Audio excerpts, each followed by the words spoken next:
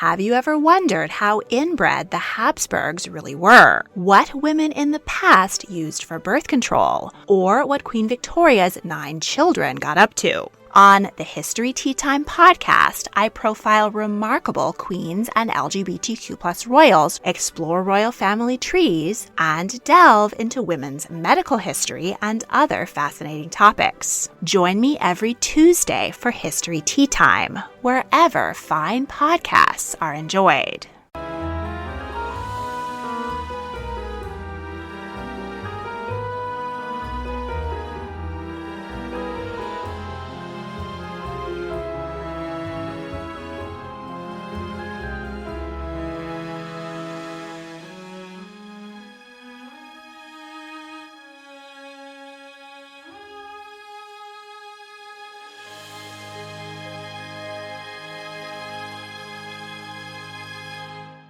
Hello, everybody.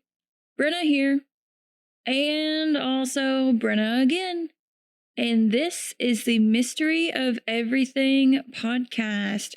Woo! Oops, sorry, Gabby. Gabby has to edit these, and I make too many woos. I'm a woo girl. I'm not a woo girl. I could be a woo girl. I don't know. So today we're under a blanket. By we, I mean me. I'm under a blanket. I'm in the new house. I haven't filled this room up with furniture yet. It's literally just my desk and then a bed, like the spare bedroom bed. So I sounded echoey, like empty-ish. So now we're under my childhood Ariel blanket, and I'm like backed away from the microphone because when I get too close, like my voice gets loud and then quiet and then loud and then quiet. Hopefully that's not happening right now. We're just going to dive into this and we're going to see where it takes us. Let's just go where the wind is a-blowing, you know? I'm still trying to think of a name for you guys. I don't like Mysterians. I don't dig it. Today I called you bitches when I was typing this episode, and I don't like that either. I don't think I should open it up by saying, hey, bitches. Today we're going to talk about death, but we are going to talk about death. Not so much death, but more so life after death, but not so much life after death, but what happens to our bodies after death. So, I have hyperfixated on going to mortuary school, like funeral director, embalming, all that stuff. I've been hyperfixating. Well, I did this like a year ago for a few months, where I did all the research about going to college, figured out which college I wanted to go to, looked at the scholarships, mapped out the prices, the whole 9 yards. I did all of that. And then I got sidetracked on some other task. Who knows what it was at the time. But then 2 days ago, I hyperfixated again. And I really do kind of want to go to college, like mortuary school. I think I would dig it. If you all hear a meow, it's my cat Lillian. And we're just going to have to let it happen because, like I said, I'm under a blanket. There's not much I can do right now. My hands are tied. Okay, so, yeah, I've been researching. And I've also been binge watching 6 Feet Under, which I fully acknowledge is a TV show and not real. But it's got me into a death and a funeral state of mind. Not in a sad way, but in a curious way.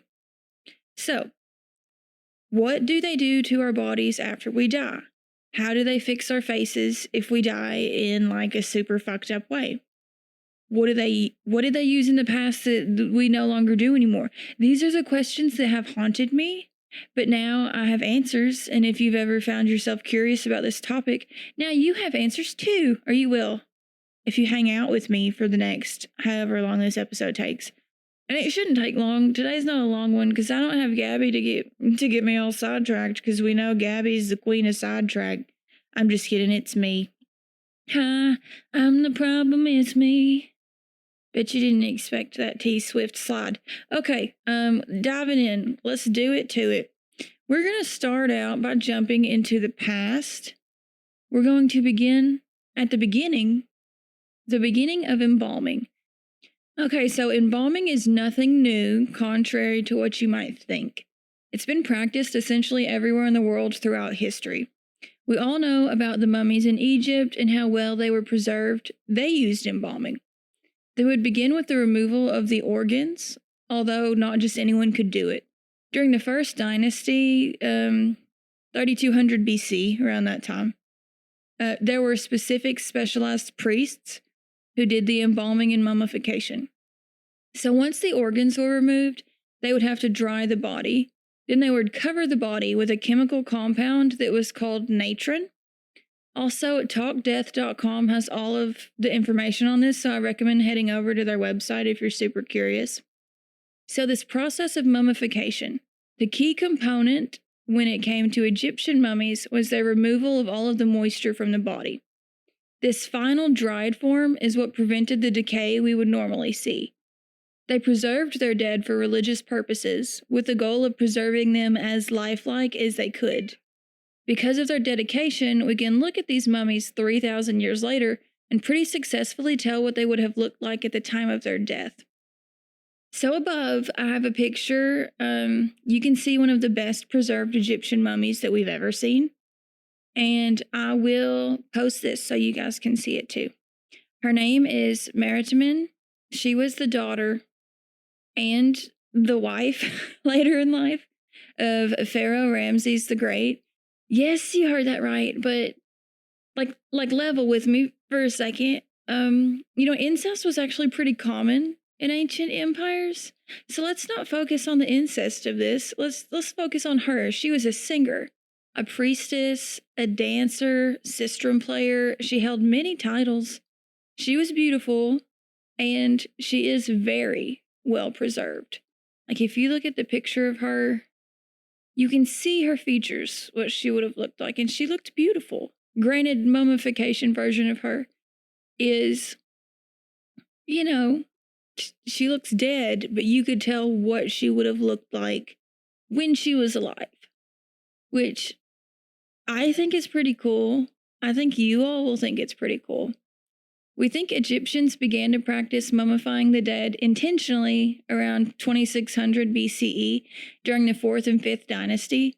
It had probably been done before this, accidentally, due to dry air and sand, like little rainfall in the area, and then, of course, being buried in graves, tiny little graves dug into the sand.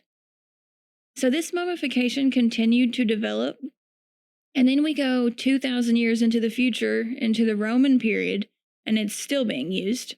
But the quality of the mummification also depended on the price that was paid for it, as most services are. So those who paid the most got the most preserved mummies. The most preserved mummies that we've seen are from the 18th through the 20th dynasties of the New Kingdom, according to the Smithsonian Museum. So around 1570 to 1075 BCE, these mummies included a bunch of famous pharaohs. And we're going to deep dive a little bit deeper than we have into the mummification process. Now, bear with me, this process was not speedy.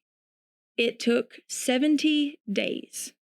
So the kind of stuff we see today, like you die and then you're buried 5 days later, no, that was not a thing. This process was not speedy. The priests treated and wrapped the bodies, but that's not all that they did. They also performed rituals during this time. They prayed through various stages of the preparation. These guys knew human anatomy. You would have to, essentially, in order to do everything that they did. They began with the removal of the internal organs and insides that were known to decay quickly. So this included the brain, your liver, I don't know what else we got going on in there, your lungs, your kidneys, all that good stuff. It had to be taken out. Notice I did not mention one very important organ, and you'll see why in a second. So in order to remove the brain, they inserted special hooks up through your nostrils or nose holes, and they pulled out bits of brain tissue piece by piece. Not exactly what I would expect when someone tells me that a brain is being removed, but that is the case. So you're pulling out brain tissue piece by piece. Of course, this would take time, and it definitely would take patience. Any wrong moves, and you could permanently disfigure the face, which I'm sure would piss off a lot of people. People you wouldn't want to piss off, I presume. So, after the brain, the chest and the abdomen area came next. So the priests would cut the left side of the abdomen, and then they removed everything from this like tiny incision on the left side, except for the heart. They left the heart. The reason being that they thought the person's intelligence and the person's like soul or being essence was inside of their heart. Once all of the other organs were removed, these were preserved as well, but just on the outside of the body. So, like mentioned before, the stomach, the liver, lungs, intestines, they were put into either boxes or jars, which today are called canopic jars, but they were buried alongside the mummy. However, we begin to see that with later mummies, the organs were treated, wrapped, and then placed back into the bodies, which I think is pretty interesting. Even though the organs were placed back into the body in later years, they still included unused canopic jars in the burial rituals itself. So the Smithsonian Museum website has so much of this information, and it's fun, or what I think is fun anyways, and much of the information I'm discussing right now is pulled from their website. If you would like to know more, head on over and give it a Google. Google it, Smithsonianize it, you'll like what you see. When Johann Rall received the letter on Christmas Day 1776, he put it away to read later. Maybe he thought it was a season's greeting and wanted to save it for the fireside. But what it actually was a warning, delivered to the Hessian colonel, letting him know that General George Washington was crossing the Delaware and would soon attack his forces. The next day, when Rall lost the Battle of Trenton and died from 2 colonial Boxing Day musket balls, the letter was found, unopened, in his vest pocket. As someone with 15,000 unread emails in his inbox, I feel like there's a lesson there. Oh well, this is The Constant, a history of getting things wrong. I'm Mark Chrysler. Every episode, we look at the bad ideas, mistakes, and accidents that misshaped our world. Find us at constantpodcast.com or wherever you get your podcasts.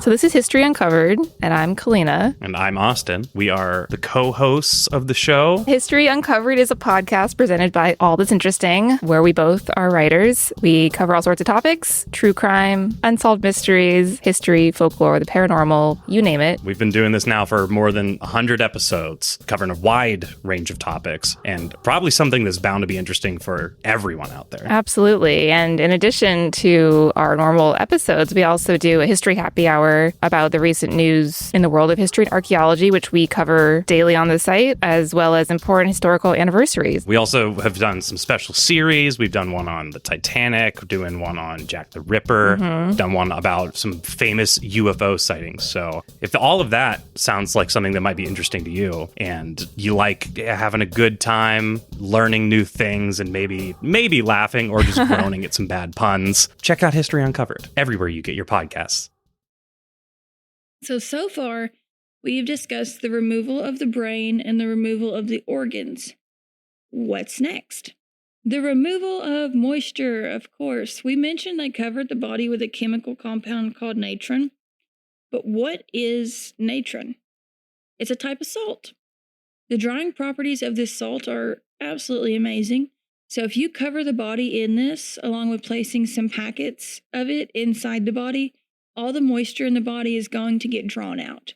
When the body was completely dry, they would remove these packets and then wash the body gently to get the natron residue off. So now the body's all dried out, and of course, it looks dried out, but you can still recognize the person, and it was better than watching the body decompose. Some of the areas of the body would appear sunken in, so the priests would add linen in these areas to fill them out. Mummies were also given false eyes to make them look more alive. And in our picture of our friend up above, you can see that she has false eyes.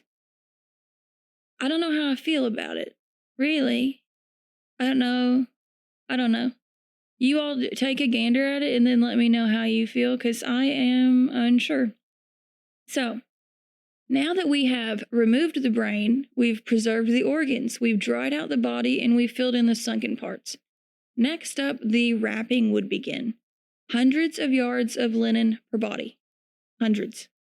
These long strips of linen were carefully wrapped around the body, and sometimes the priests would even wrap each finger and toe individually before they wrapped the hand or the foot, which is so wild to me to take those steps to ensure they're protected, but I also find it kind of beautiful.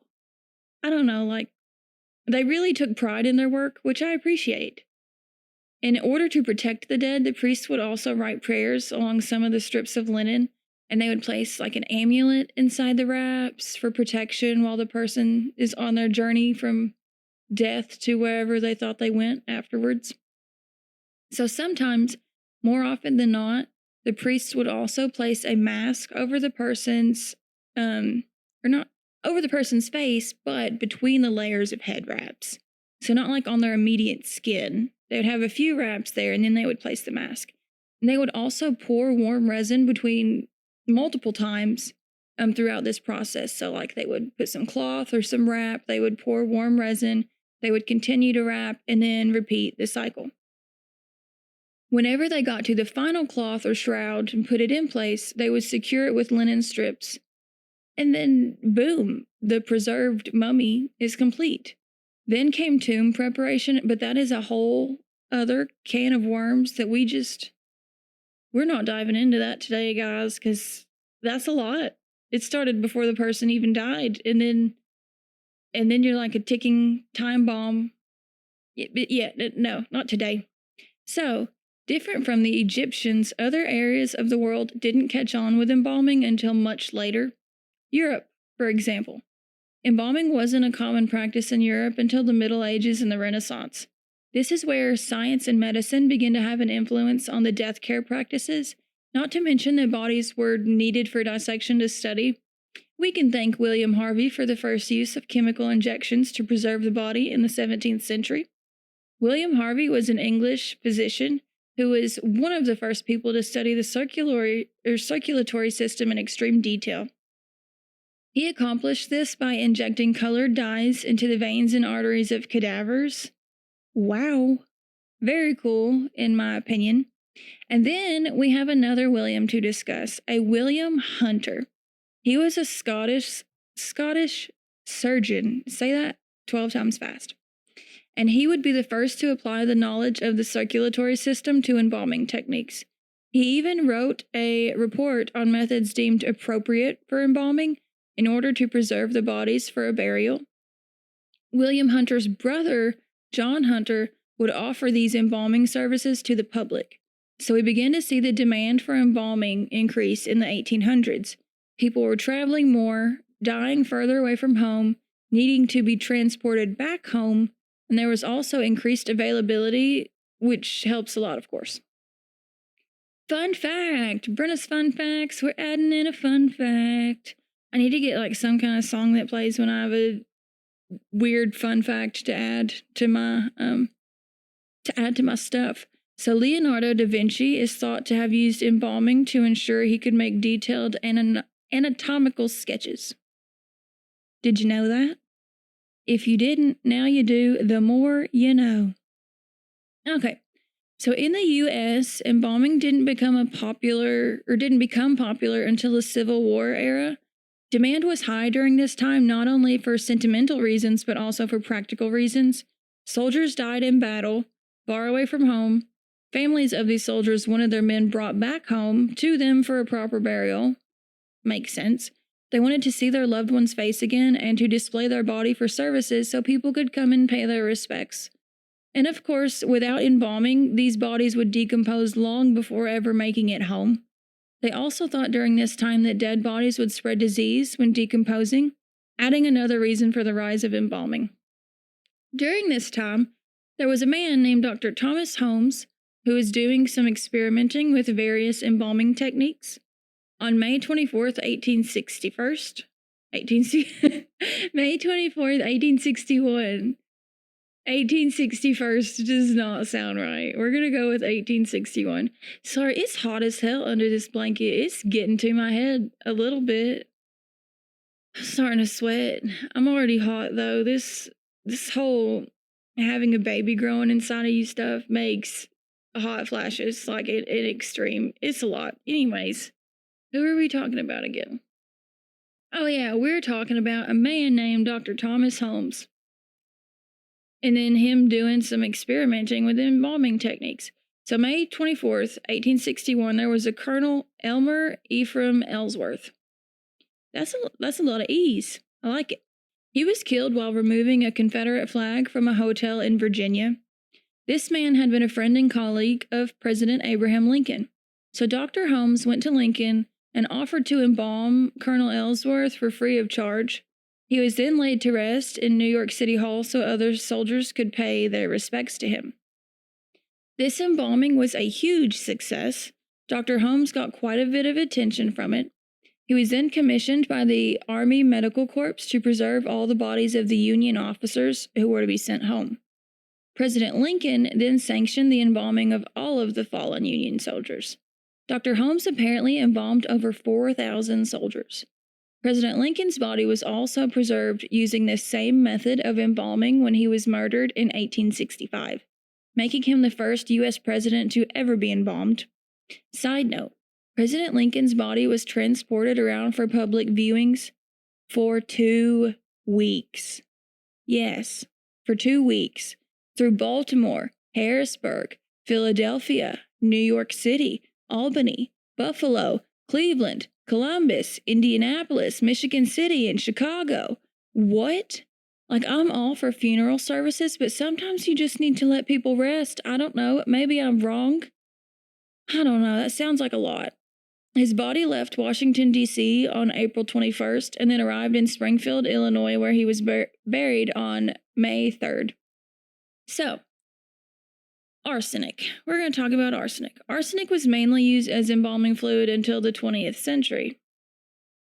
And we know arsenic's not good, obviously. I mean, nothing's good for preserving dead bodies, but you know what I mean. But then we discovered that there were less toxic chemicals out there that could be used instead of arsenic. And that's when we thought to introduce formaldehyde. In 1867, there was a German chemist named August Wilhelm von Hofmann. This chemist discovered formaldehyde and the power it had of preservation. Because of this discovery, it eventually pushed the use of formaldehyde as the foundational chemical we use today for modern embalming.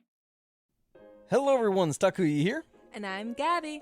And we are the hosts of History of Everything, a podcast which you can probably guess by the name is, well, it's about everything. Do you want to know why people thought potatoes were evil and would give you syphilis? Are you curious about all the stories of the terrible and stupid ways that people have kicked the bucket over the years? Do you want to hear tales about all of the different badasses of history and the lives that they had brought to life? Well, if so, then look no further. History of Everything is just the right podcast for you. It's available on Spotify, Pandora, and anywhere else that you get your podcast from. Join us for some fun and just see how weird and wacky history can be. What do you get when you take two childhood friends with a passion for unexplored history and a whole lot of booze? You get the goofiest game in history, Queen's Podcast. Hi, I'm Nathan. And I'm Katie, and we're the hosts of Queen's Podcast. Join us while we spill the tea on women from history. We get into all kinds of stories here, like biographies of lesser-known figures. For instance, Saida Al-Hura, powerful pirate queen. To the stories you might already know, like Marie Antoinette or Cleopatra, but with a fun twist. Each queen is paired with a cocktail that'll totally get you in the mood to hear fun, juicy, and dramatic stories from history. Because history is so much more than just dudes on a battlefield, and we believe that the female perspective and roles are just as deserving of their time in the spotlight. Right. So come get to know these queens. Find us wherever you get your podcasts. Cheers. So, something I should have brought up in the beginning paragraphs, but I like symmetry, and I had everything like worked out perfectly with my pictures and everything to where it would have put the picture on a different page and it just wouldn't have vibed with me. But the definition of embalming is the art and science of preserving human or animal remains by treating them to forestall decomposition. Yeah, should have added that in the beginning, but I didn't know where this embalming journey would take us. Something I learned while researching, embalming does not stop decomposition. It slows it down, but nothing can stop decomposition. It's unstoppable, some might say. So now we're going to jump into modern embalming. Modern embalming is done by injecting preservative chemicals into the arterial system of the deceased. As previously discussed, thanks to our two Williams and a brother named John. So, since the end of the 19th century, we decided to use formaldehyde as the preserving agent mostly used in North America. We've discussed how embalming can be used for good, but real quick, I'm going to add an instance where embalming was not used for good. Martin van Buchel in London. Now, if you Google him, you're going to find many questionable things that he did. But this one pretty much takes the cake to me. When his wife passed away, he decided to have her embalmed. Pretty normal, right? Yeah, normal. Well, then he decided he was going to display her in the window of his dental office so it would attract business. The fuck?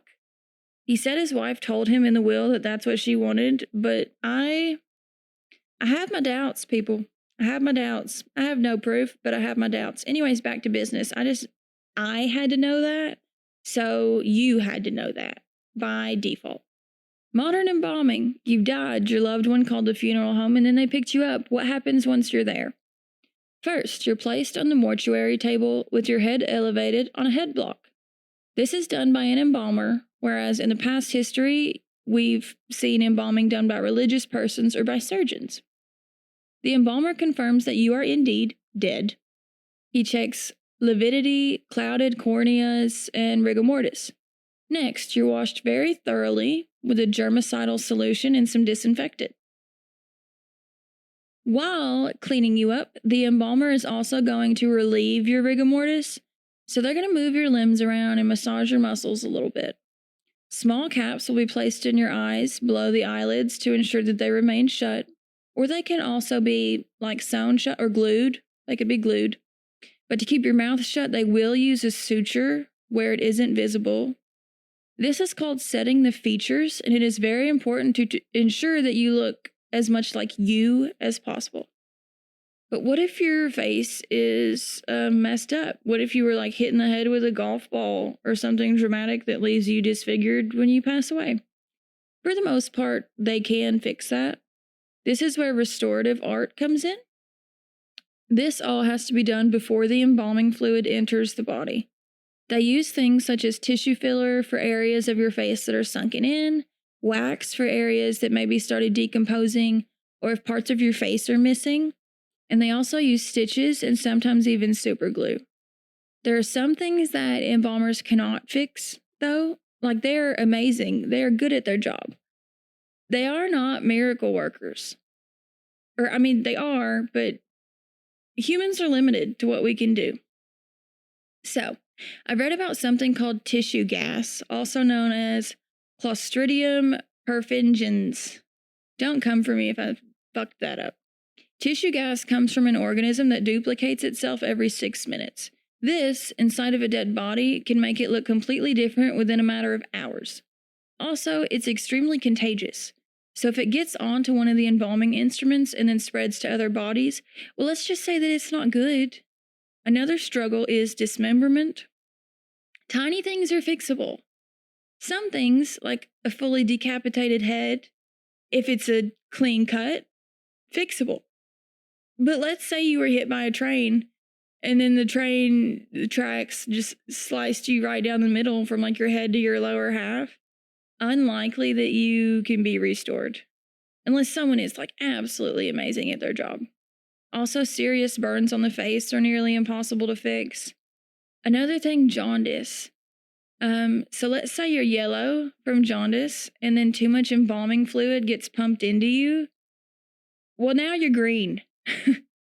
Not funny, but it's a kind of green that cannot be reversed. So your only hope is cosmetic products. And then let's hope that doesn't get overdone. Because, yeah, it could be bad. Anywho, back to the embalming process. So your features are set, your fillers are in, your mouth is sewn. Now what? Step 1, Arterial embalming. The embalming chemicals are injected into the blood vessels. Your blood, along with other fluids, are all displaced by this and expelled through the right jugular vein. This is referred to as drainage. Next is cavity embalming. This is where the body's internal fluids are replaced with embalming chemicals. The embalmer will make a small incision above the navel or belly button, and they will push a surgical instrument called a trocar into the chest and stomach cavity. This is going to puncture the hollow organs so the liquid can drain out of them, allowing them to be filled with chemicals that have formaldehyde in them. Next up is the hypodermic embalming. This method isn't used all the time, only when needed and necessary depending on the person on the table. A needle is used here to fix the areas where preserving fluid wasn't successfully distributed through the body during the main injection.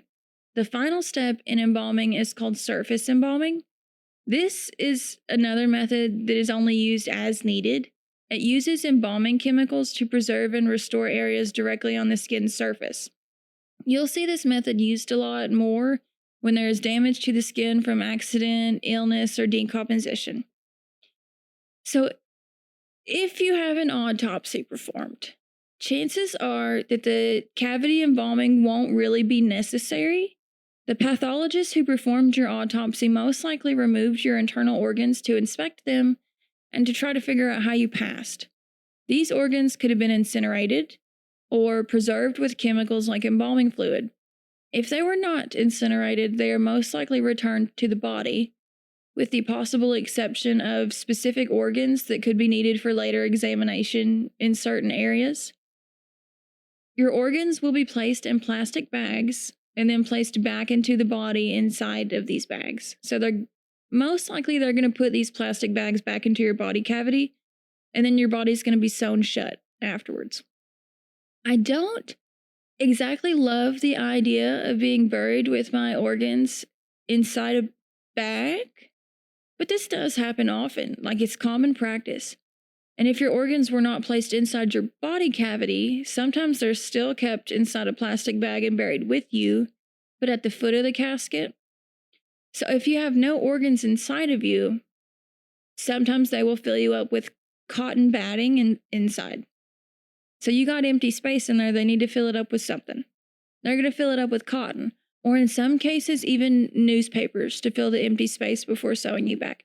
Now, newspapers is not the best practice as far as filling up a body cavity goes, but it does happen because newspaper is inexpensive. So, yeah, we do see it happen. Not saying it's awesome, but yeah. So after all of the above is said and done, you will be washed one last time, and you're going to be placed in the clothes of your family's choosing. And this is what happens to you after you die, if you're being embalmed, that is. Everything else we'll have to cover in another episode. I also have pictures of a woman being embalmed from Carl Lewis's book, The Art and Science of Embalming, 2nd edition in 1895. I don't know if I can show you guys on Instagram because it shows her nipple, but it's crazy looking. I don't know. It's not how I pictured it would be. Anywho, thank you guys for listening. Sorry if my mic sounds off. I'm doing the best I can. You're doing amazing, sweetie. Oh yeah, and Gabby couldn't record with us today because I think she's in Stockholm. And she had to be on a train and stuff. And then, like, in an hour, when she maybe could have been able to record, that's midnight or 1 a.m. there. So I just don't want to have to put my bestie through that. And then I gotta go continue to move shit out of the old house. And it's just a clusterfuck, guys. It's a clusterfuck. So I hope you enjoyed this episode. And maybe you want to hear more of us, maybe. And you want to subscribe to our Patreon so we can chit chat and talk about things, and it'll be tons of fun. And we also have like an Instagram. Do we have an Instagram? We used to have an Instagram. No, we do have an Instagram. We used to have a Facebook and someone tried hacking it and we got rid of the Facebook. But we do have Instagram. And yeah, listen to us. Listen to all the things. Thank you guys. Bye.